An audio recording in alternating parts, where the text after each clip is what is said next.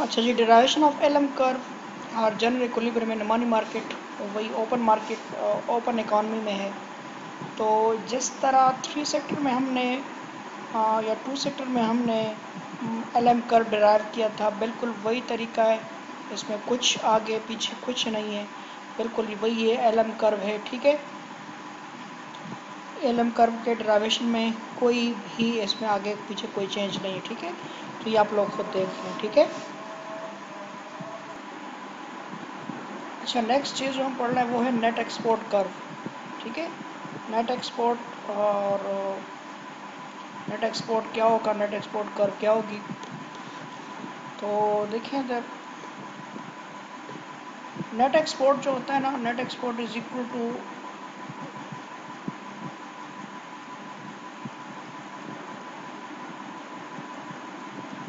To X minus M, किसके बराबर होता है, एक्सपोर्ट माइनस इम्पोर्ट्स के बराबर होता है। ठीक है, अब एक्सपोर्ट जो है ना, एक्सपोर्ट ये डिपेंड करती है फॉरेन इनकम पे, यानी एक्सपोर्ट जो है ना, एक्सपोर्ट अभी हमारे मुल्क से लोग चीज़ें खरीदते हैं तो ये उनके इनकम पे डिपेंड करता है। तो एक्सपोर्ट को हम एक्सोजनस लेते हैं। ठीक है, और इम्पोर्ट जो है ना, इम्पोर्ट बराबर है एम नॉट, एक एक्सोजनस इम्पोर्ट हो गया, और ये हमारी इनकम पे डिपेंड करता है ना, तो एम वाई, ये हमारे पास इम्पोर्ट फंक्शन हो गया। ठीक है, एम नॉट हो गया G M exogenous import plus M Y, यानी ये इसको हम कहते हैं इंड्यूस्ड इम्पोर्ट। ये हम डिपेंड करते हैं हमारी इनकम पे, जितनी हमारी इनकम ज़्यादा होगी इतनी हमारी इम्पोर्ट ज़्यादा होगी। ठीक है, तो नेट एक्सपोर्ट को अगर मैं इस तरह लिख लूँ, net export N X is equal to X minus M, तो एक्स की जगह मैं लिख लेता हूँ जी एक्स नॉट, और माइनस इम्पोर्ट्स की जगह मैं लिख लेता हूँ जी एम नॉट, और माइनस चूँकि अप्लाई करो होगा दोनों पे तो माइनस एम वाई हो जाएगा। ठीक है, तो ये मेरे पास हो जाएगी जी। अब अगर इसको मैं इन दोनों को, चूँकि ये दोनों एक क्या है, एक एक्सपोर्ट माइनस इम्पोर्ट, एक इसका एक हिस्सा आएगा, तो अगर मैं इसको कह दूँ नेट एक्सपोर्ट को, इसको मैं लेट सपोज एक्स कह दूँ, कोई भी लेट सपोज इसके जवाब को मैं एक्स कह दूँ।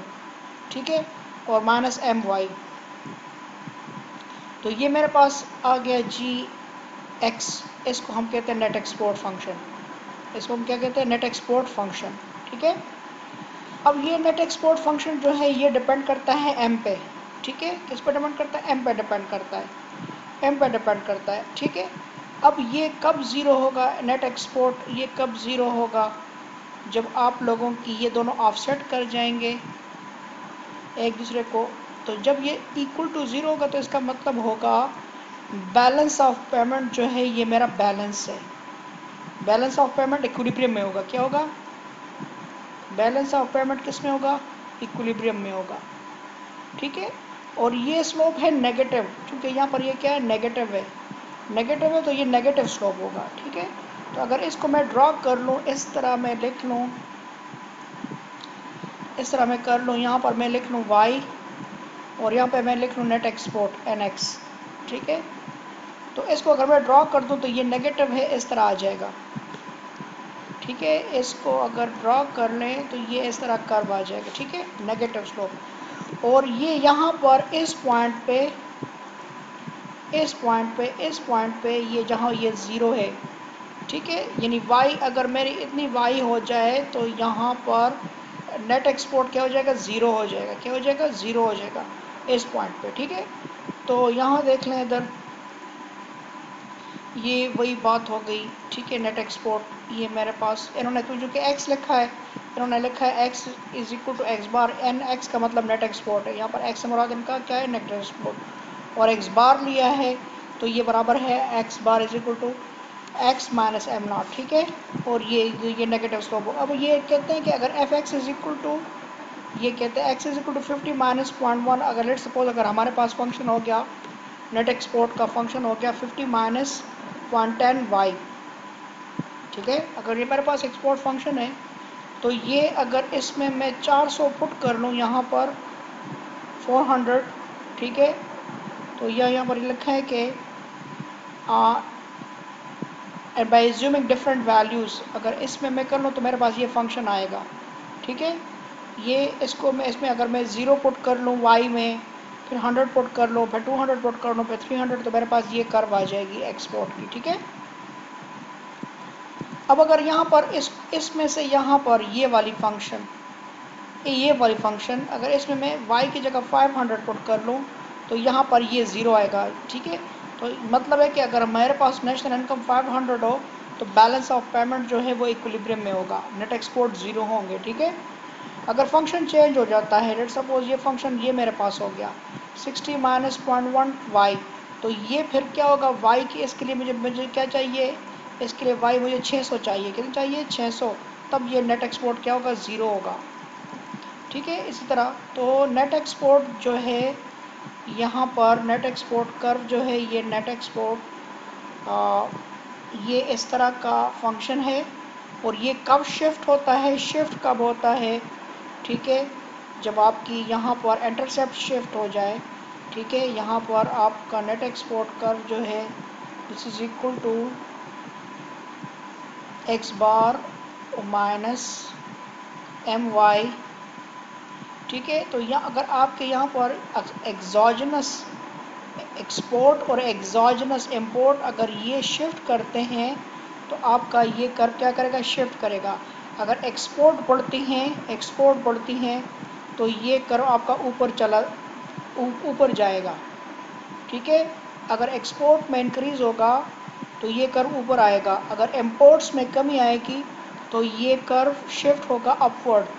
अगर एक्सपोर्ट कम होंगी, इंपोर्ट बढ़ जाएंगी, तो फिर ये कर्व क्या आएगा, ओरिजिन की तरफ मूव करेगा, ठीक है।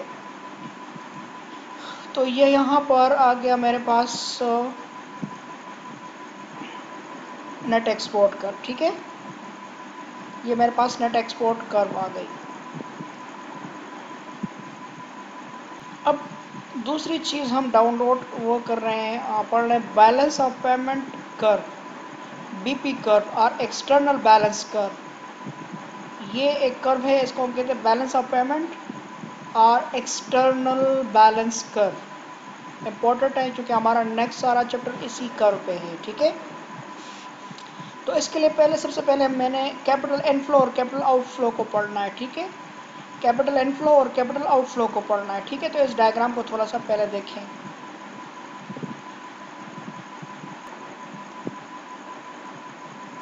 अच्छा, कैपिटल इनफ्लो कब होगा, कैपिटल इनफ्लो तब होता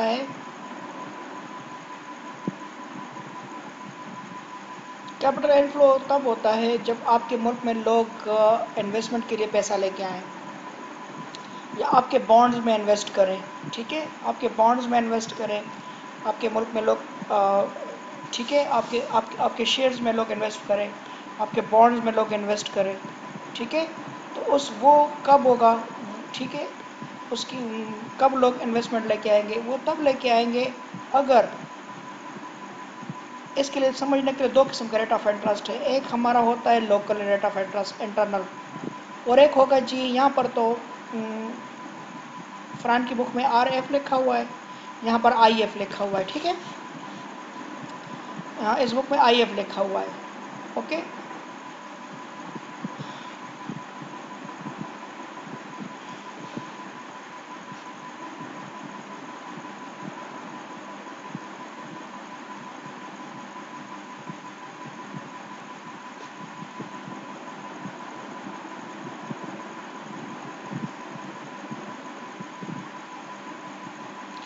सो यहाँ अगर आप लोगों का RF का मतलब है इंटरनेशनल या foreign interest rate. Interest rate ये है जो आपका जो इन्वेस्टमेंट करते हैं शेयर्स पे, उस पे रिटर्न है, ठीक है। और यहाँ पर जो R हमारा है वो इंटरनल रेट ऑफ रिटर्न है, ठीक है। अगर यहाँ इस पॉइंट पर ये एक पॉइंट है, अगर ये इंटरनेशनल ये पॉइंट है, ठीक है।